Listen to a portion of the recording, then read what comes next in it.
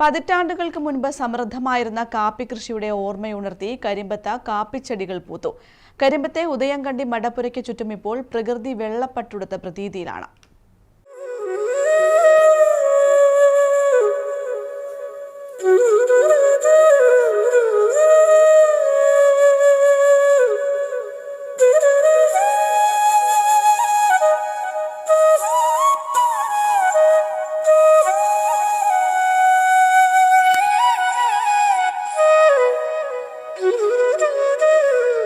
കരിമ്പത്തെ ഉദയംകണ്ടി മുത്തപ്പൻ മടപ്പുരയിലേക്ക് എത്തുന്നവരെ ഹൃദ്യമായ സുഗന്ധമാണ് സ്വാഗതം ചെയ്യുന്നത്.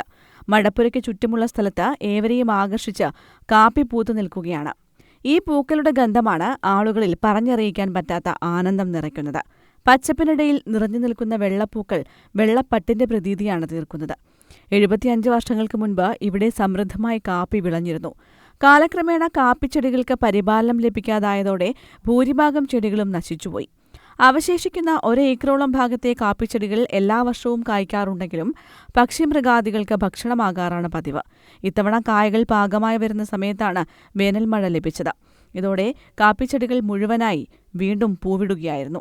ഇത് കരിമ്പ ഉദയംകണ്ടി മടപ്പുര മുത്തപ്പൻ ക്ഷേത്രത്തിന് സമീപത്തുള്ള നമ്മുടെ കാപ്പിത്തോട്ടം പൂത്തിരിക്കുകയാണ്. ഇപ്പോൾ ഈ ഒരു സീസണിലാണ് കാപ്പി പൂത്തിട്ട് അതിൻ്റെ ഒരു ഗന്ധം ഈ ഒരു ഏരിയയിൽ മൊത്തം സ്പ്രെഡായിട്ടുണ്ടാകുന്നത്. രാവിലെ ആ ഒരു മഞ്ഞിൻ്റെ ഇതിൽ നല്ലൊരു പ്രസൻസ് ആണ്. രാവിലെ തന്നെ പക്ഷിയുടെ സൗണ്ടും ഈ ഒരു കാപ്പി പൂത്തിരിക്കുന്നതും.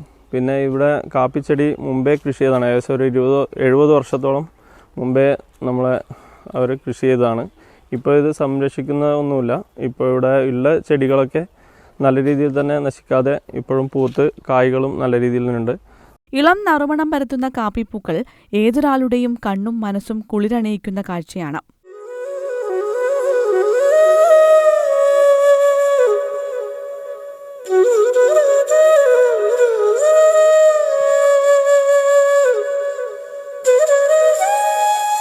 News bureau, Taliparamba.